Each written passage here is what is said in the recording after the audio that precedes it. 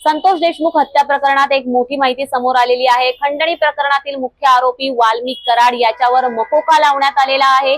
याच्या आधी जितके आरोपी पकडण्यात आलेले होते, ज्यांचा हत्येत प्रत्यक्ष सहभाग होता, त्या सगळ्यांवर मकोका लावण्यात आला होता। त्यानंतर मागणी अशी झाली होती की वाल्मिक कराडवर अद्याप मकोका का लावला जात नाही।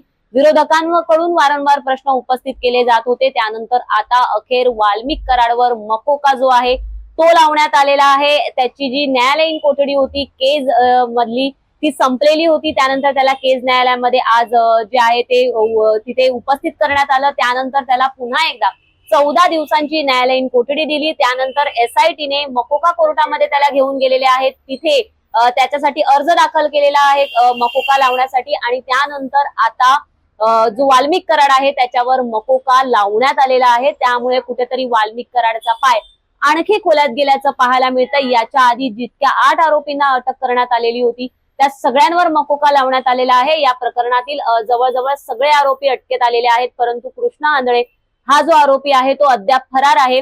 आतापर्यंत कोणाकोणावर मकोका लावलाय ते एकदा पाहूया। मकोका लावण्यात आलेल्या आरोपींमध्ये सुदर्शन घुले, विष्णू चाटे, सुधीर सांगळे, जयराम चाटे, सुधीर घुले आहे, तसंच प्रतीक घुलेचं देखील नाव आहे। आणि जो आरोपी फरार आहे कृष्णा आंधळे त्याच्यावर देखील मकोका लावण्यात आलेला आहे। तसंच सिद्धार्थ सोनावणे ज्याने या संपूर्ण प्रकरणाची म्हणजे संतोष देशमुख कुठे आहेत याबाबतची जी काही अपडेट या सगळ्या मारेकऱ्यांना दिलेली होती त्याच्यावर देखील मकोका लावण्यात आलेला आहे। त्यानंतर आता वाल्मिक कराडवर मकोका लावण्यात आलेला आहे। एसआयटीने तसा अर्ज जो आहे तो मकोका कोर्टामध्ये दाखल केलेला आहे। आता याच्यावर सुनावणी जी आहे ती पार पडते।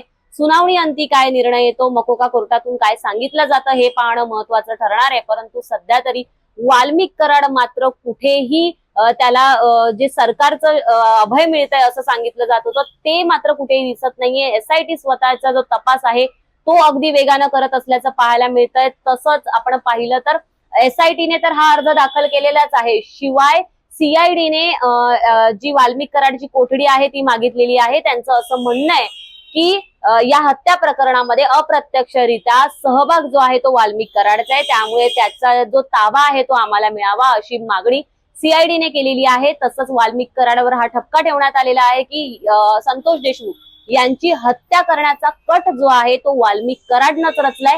हा ठपका ठेवत त्याच्यावर सध्या मकोका जो आहे तो लावण्यात आलेला आहे। आतापर्यंत 8 आरोपींवर हा मकोका लावण्यात आलेला आहे। ज्या वेळेला हे वृत्त समोर आलं त्यानंतर वाल्मिक कराडचे जितके समर्थक आहेत त्या सगळ्यांनी परळी बंदची हाक दिलेली आहे। या संपूर्ण प्रकरणावर सध्या वातावरण तापताना पाहायला मिळतंय। वाल्मिक कराडचा पाय अधिक खोलात गेल्याचं पाहायला मिळतंय। तसंच ज्या प्रकारे संतोष देशमुख यांची हत्या झाली, ज्या निर्घृणपणे हत्या करण्यात आली, त्यावर सरकार जे आहे ते अतिशय वेगानं पावलं उचलत असल्याचं पाहायला मिळतंय। तसंच विरोधकांनी देखील हा मुद्दा लावून धरलेला आहे। सुरेश धस यावर काय प्रतिक्रिया देतात, कारण त्यांनी काही दिवसांपूर्वीच सांगितलेलं होतं की जो मेन आका आहे त्याला देखील मकोका थोड्याच दिवसात लागेल आणि आता वाल्मिक कराडवर मकोका लागलेला आहे।